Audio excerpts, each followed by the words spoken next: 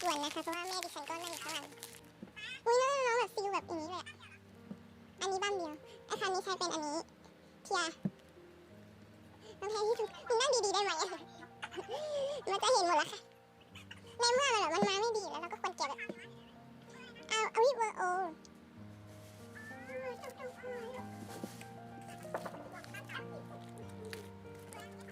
ฮะเวอร์โอเลยบอก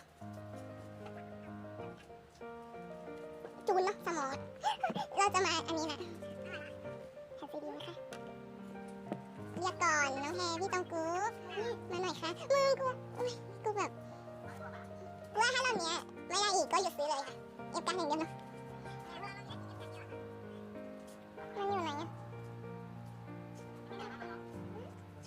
ห็นละด้านหลังไปไม่ได้เห็นอันนี้ตื่นเต้นอ่ะมันตอบไม่ได้ค่ะแค่นี้เลยเนาะ Messenger ให้มึงดูก่อนเด้ออย่าทำอย่างนั้นไม่ว่ากับใครโอ๊ยใบนี้ไม่ต้องใช้ยันละต่อไปดูแต่ใบนี้แบบเคยมีแล้วก็ขายไปแล้วไง